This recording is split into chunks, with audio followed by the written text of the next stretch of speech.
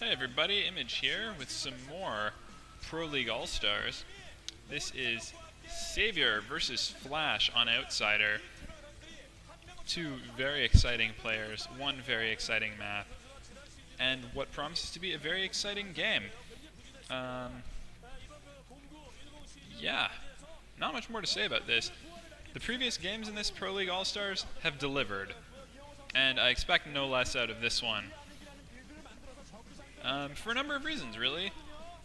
Mostly because Savior, for all of his not doing so great lately, is just absolutely amazing at winning in show matches. It's one of the things that he does the most consistently well in, at least outside of this period of his dominance. And Flash, from all appearances, is back in pretty top form.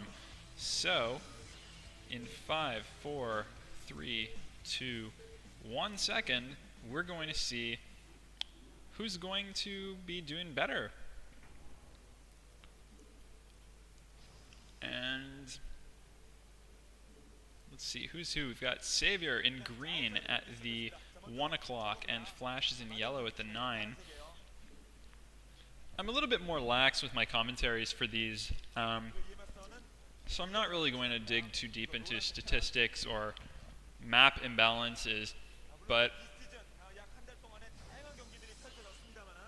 suffice it to say that Outsider has been a tricky map for Terrence to play on versus Zerg.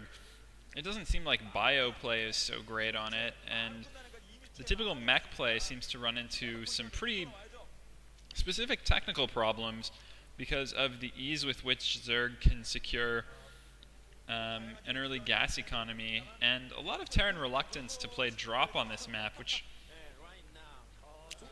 is pretty decent for harassing the Zerg and preventing them from doing that in a similar style to Corsair Reaver with Protoss.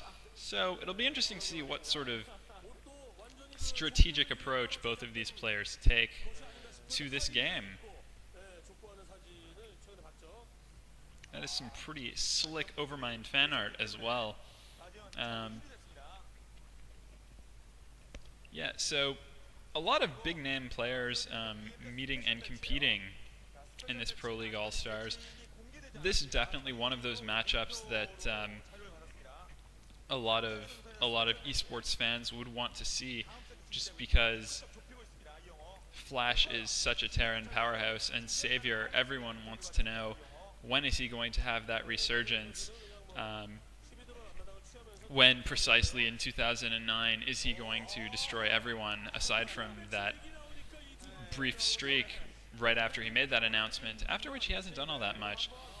We had some great rivals playing today. Boxer and Yellow met in the first game, which was a 3v3 Hunters game that I will be casting as well.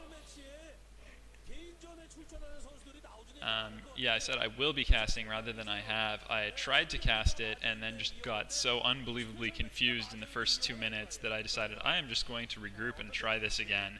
So the videos for this are going to show up on my YouTube account out of order, but, you know, so it goes. It being a show match, I don't think it's going to matter too much, and I'm going to avoid spoiling it.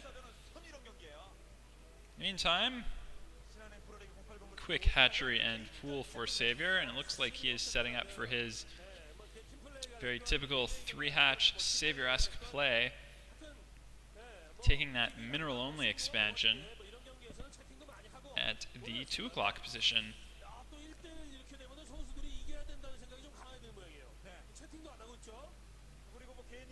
And before too long, he will probably glitch a drone through that mineral wall and set up his double gas. Flash, in the meanwhile, has walled in at the top of his ramp, and he's got his first factory going up. But I missed his gas timing, and I don't know if that's to signal a mech build or not. I would suspect that it is, just because bio is pretty difficult on this map. Though if any Terran player could pull it off, probably Flash, or maybe Firebat Hero or Hwasin if they were playing well, or if they were playing well enough to be invited to the Proleague Allstars this year, which unfortunately they have not. The representatives from their respective teams, basically each team gets to send one representative, and so STX sent their recent MSL winner Calm, and Samsung Khan sent perennial fan favorite Stork. So no FBH today, alas. There was also some fan voting for an additional 6 players, and among those we have such names as Boxer, Yellow, Reach, Jaedong. Was Jaedong one of them? No, sorry, Savior was one of them. Yeah, Boxer, Yellow, Reach, Savior, and gee whiz, a couple that just slipped my mind right now, but it's not that important who they are. Save, just to give you an idea of what this Pro League All-Stars field is looking like. It's basically a wonderful field filled with both old legends and current hot players, and Flash with a quick Vulture and Wraith.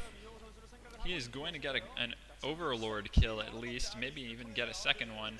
Meanwhile, Hydra's out for Savior over on the other end of the map, and a quick control tower and very fast science facility for I know now why I keep saying Boxer. For Flash, who is one basing.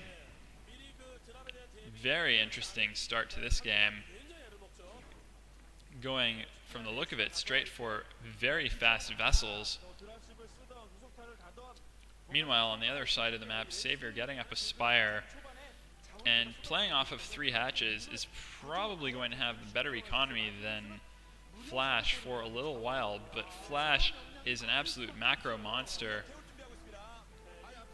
and he is going for 4 barracks off of this one base with really quick vessel tech, and he might very well catch Savior way off guard here. Let's see, that Wraith is going to return to base for some repairs, and I don't know if that Ling has quite scouted the extent to which Flash is committed to bio units. If he has, he might be able to get up some defenses, but it doesn't look like Savior is too phased by this one way or another. That Wraith is going to go out for another scouting sortie. And the first vessel is out.